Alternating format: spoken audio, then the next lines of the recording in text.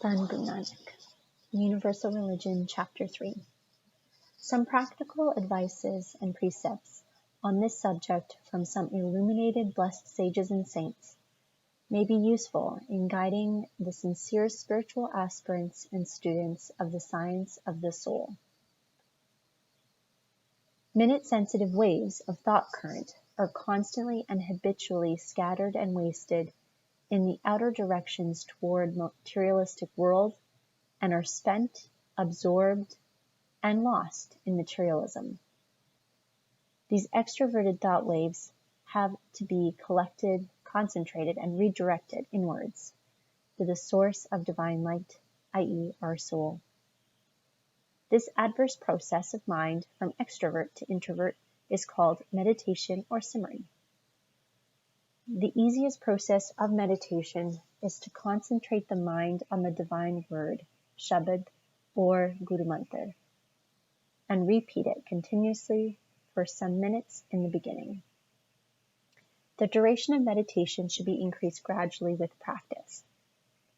Sit in a comfortable posture, close your eyes, and meditate at a fixed time regularly every day, morning and evening, and at any other available time. Repeat the Guru Mantra in a low voice so that you can hear the whisper of Guru Mantra uttered by yourself. By this simple method, concentration of the word becomes easy and smooth.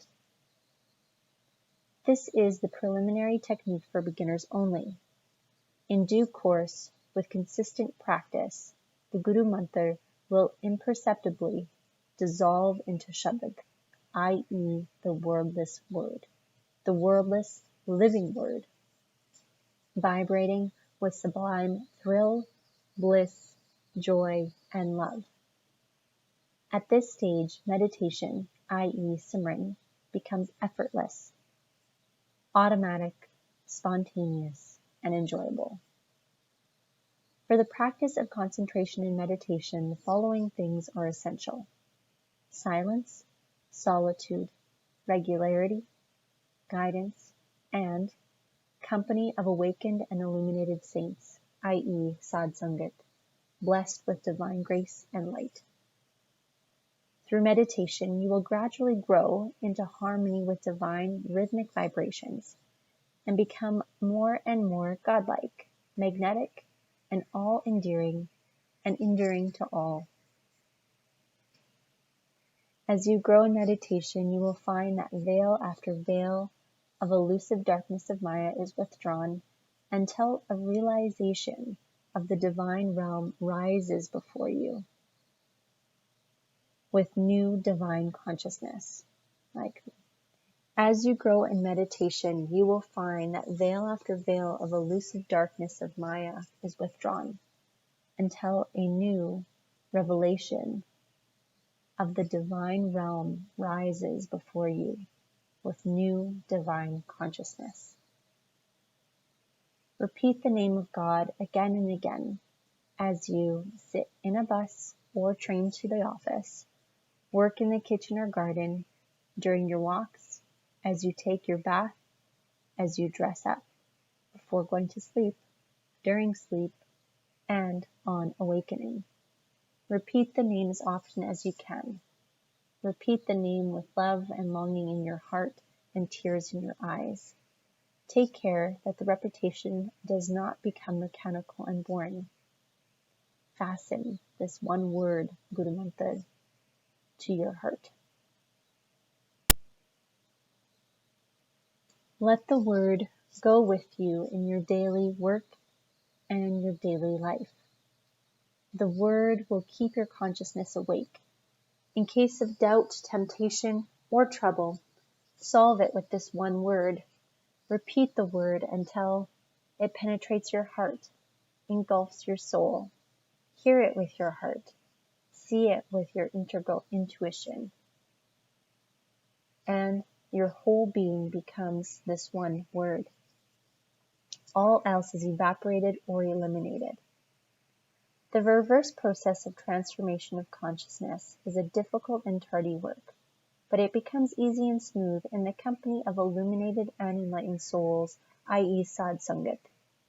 As this reverse process takes place in our life, our mind is gradually purified and spiritualized in the sadsangat and becomes amenable and conductive to the sublime influence and subtle vibrations of divine grace and light. At the same time, the influence of materialism is imperceptibly reduced and eliminated from our consciousness.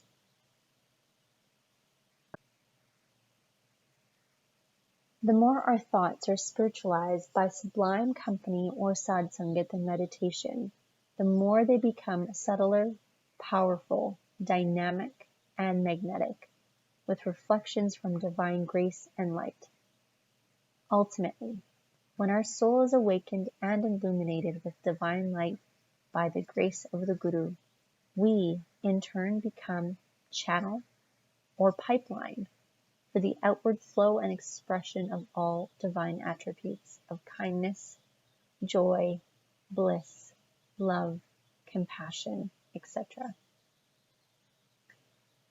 The personal contact or company is the easiest and quickest way of conveying thoughts and influencing others. The effect of such influence of thoughts is dependent on the intensity and conviction of one's feelings on the one side and the receptibility of the other mind. Hence, persons of developed minds with deep convictions and strong faith can influence and infect weaker minds with their thoughts and beliefs.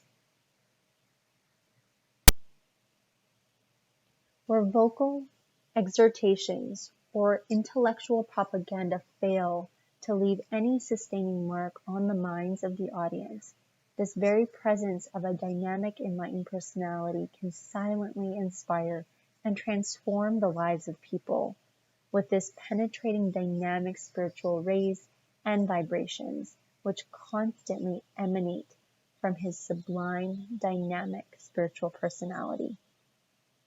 The same principle applies to the intuitional writings of enlightened souls, which are ever fresh, original, and soul-stirring. If cultivated power of mind can affect the ordinary mind so deeply on the mental and emotional plane, the enlightened divine souls can also inspire, awaken, and ignite the aspiring souls and usher them into the subtle intuitional plane of the divine realm. If the laser rays or radioactive radiation can penetrate through thick metal, and the destructive flash of lightning can do so much havoc on the physical plane, the dynamic spiritual subtle rays of divine vibrations emanating from the dynamic personality of a God-man can also pierce the thick clouds of materialistic ideas and intellectual conceptions and touch the divine fringes of the soul of the aspirant and usher him into the divine realm. Thus, the silent rays of divinity can transform the life of an aspiring soul into a spiritual God-man, having been reborn into the divine realm. This is the direct way of introduction of souls into the divine realm of grace and light. The most difficult part of it is that of finding and recognizing truly enlightened spiritual souls or God-men.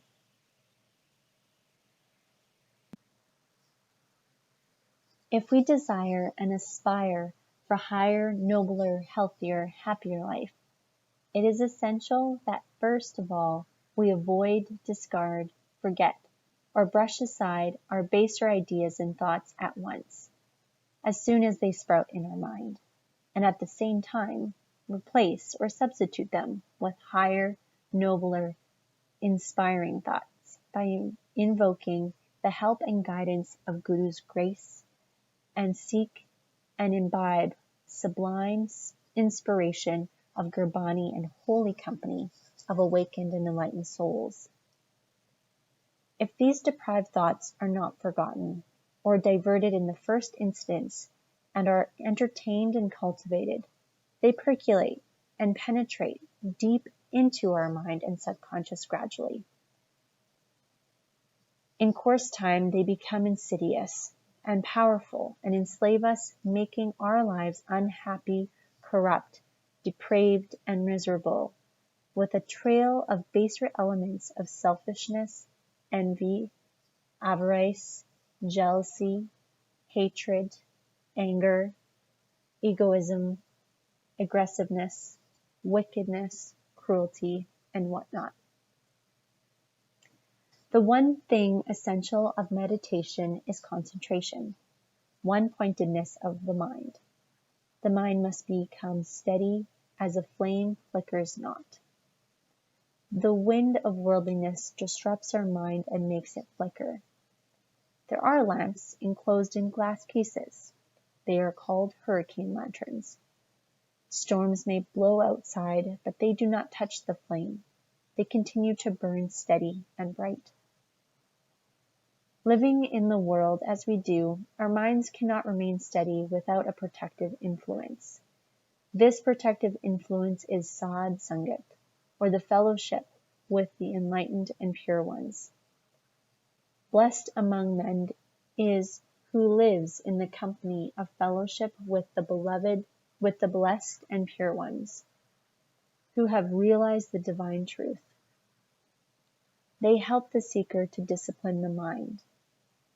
The unsteady, wavering, restlessness, and doubting mind becomes steady, unflickering, and faithful under the purifying influence of illuminated souls. When the mind is purified, a higher center of consciousness wakes up, called intuition, with which the seeker no longer waves or doubts. He sees, he knows. He enjoys the bliss and joy of divine grace. What is needed is the loving surrender to the Master, the Guru. The way of love is the simple way. He who would walk the way of love will also have to study the scripture of the soul. And on every page of the soul scripture is inscribed the name of the beloved in celestial light, i.e. Shabad. He who would walk the way of love need not torment his body, nor practice pranayama, nor undertake pilgrimages to holy places. The pilgrim of the way of love lives and moves and has his breath in the one beloved. The emphasis of the simple way of love is on inner renunciation, inner detachment.